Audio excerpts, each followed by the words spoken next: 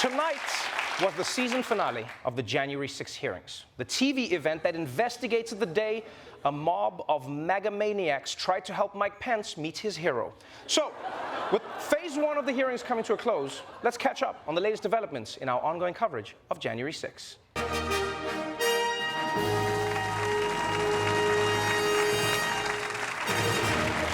After weeks of televised hearings, we're learning a lot about what happened on January 6th and the days that led up to it. We learned that Donald Trump was told by his closest advisors that the election wasn't stolen. We also learned that he set up a fake election defense fund that took millions of dollars from his supporters. We also learned that he knew his crowd was armed that day and still sent them to the Capitol anyway.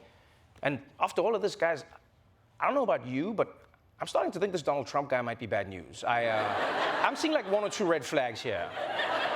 And I'm not the only one. Because remember how we learned in those hearings about how Trump tried to get Mike Pence to single-handedly toss out the election results? You remember that part? Yeah? Well, a bipartisan group of senators has decided that shit should never happen again.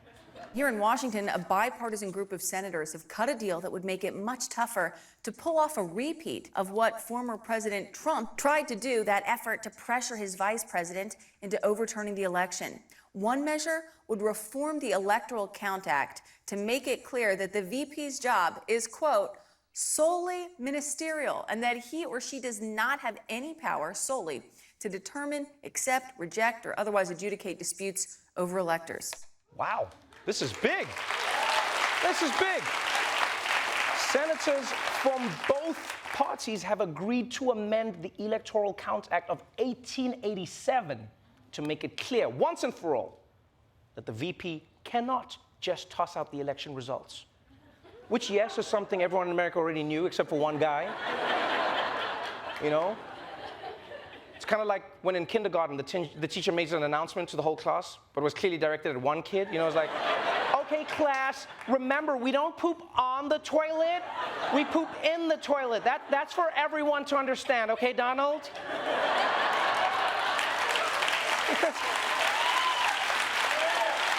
It was obvious to everyone else that the vice president can't just throw out the election results.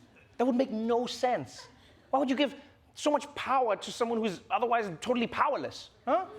It would be like handing over control of America's drones to whichever kid wins the national spelling bee. It's what the founders wanted.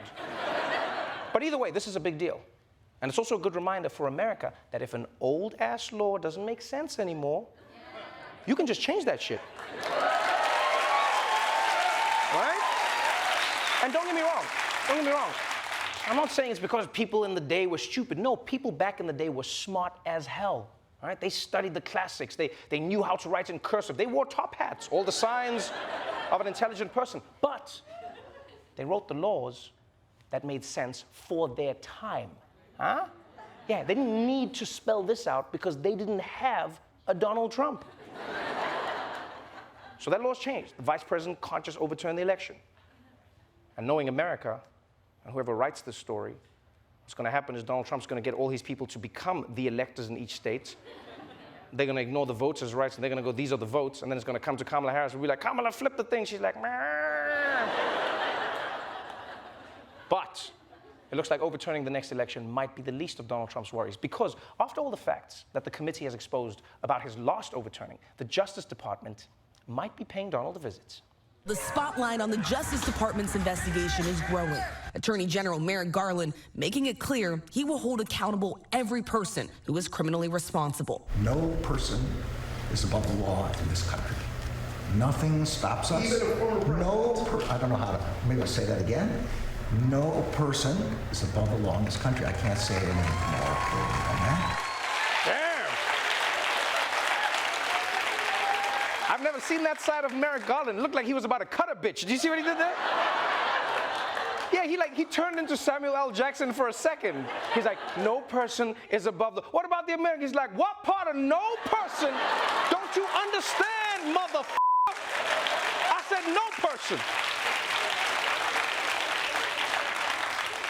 Now, what's interesting about the story is that some Democrats are actually mad at Merrick Garland because they think he doesn't really want to prosecute Trump. All right? They say he's slow rolling, he's trying to hide behind things, but I'll be honest, I get it. I think the man is in a tough spot here. Think about it. even if Trump is definitely guilty, can you imagine what would happen if he gets sent to prison? The country would explode. Yeah, you thought January 6th was bad? Huh? Trump supporters would be storming everything if he got arrested. The Capitol, the White House, the Supreme Court. The only place that would be safe from them is libraries. They'd be like, don't go in there, they got history books. But it turns out Merrick Garland isn't even Trump's only problem, because right now he's being investigated by everyone, right? Congress, the states of New York, a district attorney in Georgia, the men in black, and I get it. No, human beings don't just look like this. It doesn't make sense. That's not a human thing. So Trump looks like he's in a tough spot right now. But if there's one thing we know about Donald Trump, it's that getting out of tough spots is his speciality. He can get out of anything. Criminal cases, lawsuits, marriages, other marriages. And apparently Trump thinks he's found an ingenious way to get out of his current troubles. It is sounding more likely that an announcement from former President Trump about a 2024 election bid is more of a matter of when and not an if. But it's not just about avenging a loss. 4 people with knowledge of the situation tell Rolling Stone magazine that mounting legal issues are a motivating factor for Trump's desire to retake the Oval Office. According to the Justice Department's Office of Legal Counsel, a sitting president cannot be charged with a federal crime. Yeah. So it turns out some people are above the law. And it's crazy that Trump might run for president so that he doesn't go to jail. Yeah, you know, it's almost wild that Donald Trump is the only person who runs for president but has no interest in being president. You know, the first time he did it to try and drum up ratings for The Apprentice, and now he's going to run just to stay out of jail. Like, his campaign slogan is probably going to be Trump 2024, I can't do time. I actually think it would make the campaign more fun. Yeah, can you imagine if Trump's running for president while he's running from the law? At every rally, he's just like, no child should ever learn pronouns or what. Oh shit, the cops are here. Rudy, open the sewer gate. You'll never get me. Pow, pow, pow, pow. Pow, pow. So, that's the end of the first season of the January 6th committee. And it ends with the possibility of Trump going to prison. And I'm sure right now, wherever he is, the man is probably terrified. He's just like, what do I do? Melania, I can't go to prison. How am I gonna survive? Don't worry, Donald, I'll give you tips. I've been a prisoner for 20 years.